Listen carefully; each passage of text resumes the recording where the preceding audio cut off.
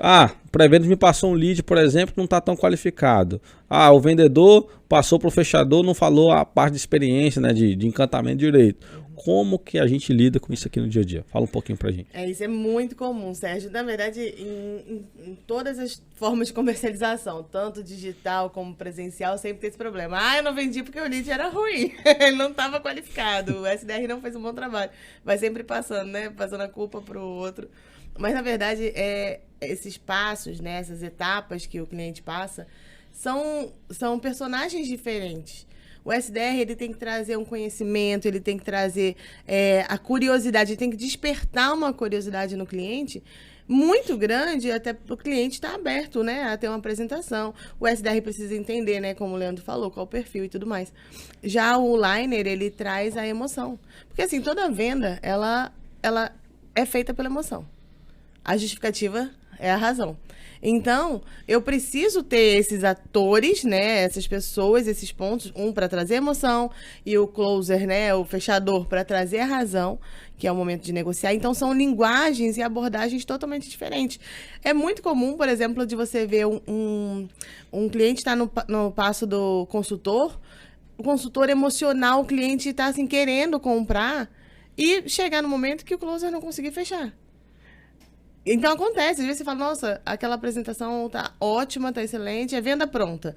Aí ele passa pro closer, aí o closer vai atender e fala, não tinha nada de pronto. Então, cada consultor tem a sua percepção sobre o lead, exato, né? Exatamente. Acho que o desafio é você passar a sua percepção do lead de uma maneira fluida para o outro colega de trabalho, né? Exato. A gente sempre fala aqui na empresa, né, que a comunicação, ela destrava qualquer barreira do conhecimento.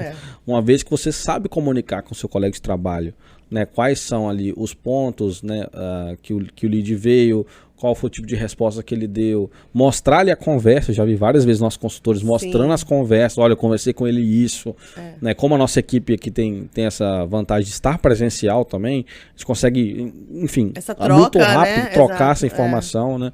Então, como que foi o atendimento do pré-venda, como que o Liner falou, né? A pessoa entrar na chamada de vídeo quando acontece, chamada de vídeo também, para entender como foi feito esse processo, até mesmo o próprio consultor e fechador entrar. Então, eu acredito que o desafio, né, maior, acredito no processo, observando vocês no dia a dia, que é um desafio muito grande de comunicação. E uma coisa que é interessante, Sérgio, assim, entram algumas figuras e metodologias importantes, né? Então, figuras importantes, os coordenadores. Então, você tem um coordenador de SDR, você tem um coordenador de vendas ali também direto. Por quê? Porque você tem métricas e metas diferentes, né? Então, imaginem, por exemplo, que o SDR, qual que é o ganhamos dele, né? Qual que é o ganho, qual que é a festa dele? Quando ele consegue agendar um lead.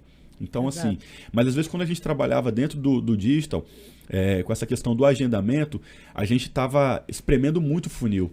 Então, assim, a gente só passava o lead para a próxima etapa quando a gente conseguiu o agendamento.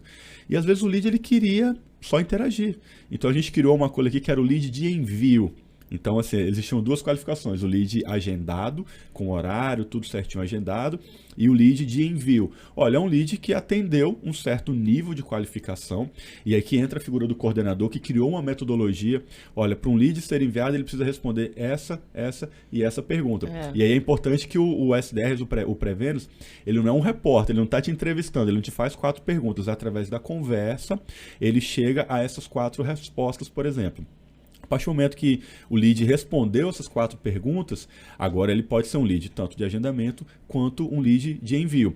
E aí agora você tem a figura do coordenador de vendas também, para entender, olha, tudo bem, o lead de envio, ele não está agendado, ele tem ainda, ele é um pouco prematuro, mas eu também não posso enforcar o nosso funil. Então o consultor, quando ele recebe um lead de envio também, ele sabe que é um lead que ainda tem um nível de consciência um pouco menor sobre o produto, que ele ainda vai ter que complementar isso, mas é importante que o lead trafegue também dentro do funil. Então a gente não pode, às vezes, assim, se prender, se ater muito à metodologia, então a gente fez essa adaptação, né? Deixar o lead cumprir a jornada que ele quer, né? Deixar ele cumprir, exatamente. E a figura do coordenador. Agora isso, apesar de toda a metodologia, apesar de todas essas figuras que eu falei, isso não vai deixar de existir.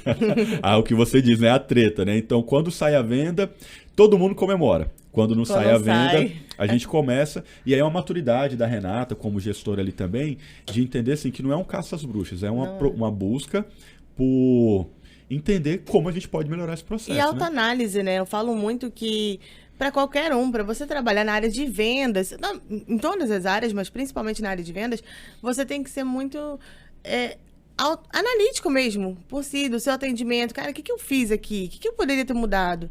Poxa, será que é melhor eu julgar o pré-vendas ou julgar o consultor? Ou será que eu poderia ter tido uma abordagem diferente? Os clientes são diferentes, são pessoas diferentes, são perfis diferentes, são formas de comunicar diferentes.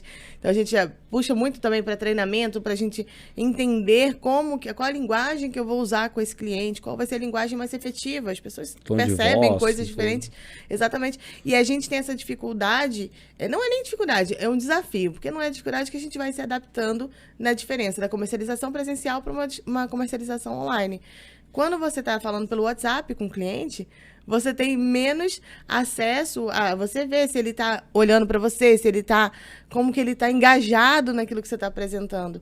Então, no WhatsApp, você acaba percebendo, se você for autoanalítico, né, na sua apresentação e tudo mais, você vai saber. O cliente me mandou um áudio, por exemplo, então eu vou ter abertura, eu vou mandar um áudio, vou usar o meu tom de voz para trazer aquela emoção que eu quero passar do produto. O cliente, ele é mais objetivo. Por que eu vou falar floreando muito com ele? Eu não vou estar falando a linguagem dele. Então, são vários pontos que, se você começar a analisar, você otimiza o seu resultado. E aí você não tem necessidade, talvez, de vir a esse momento, né? Do tipo, mas o fulano não fez um bom trabalho. Uma coisa legal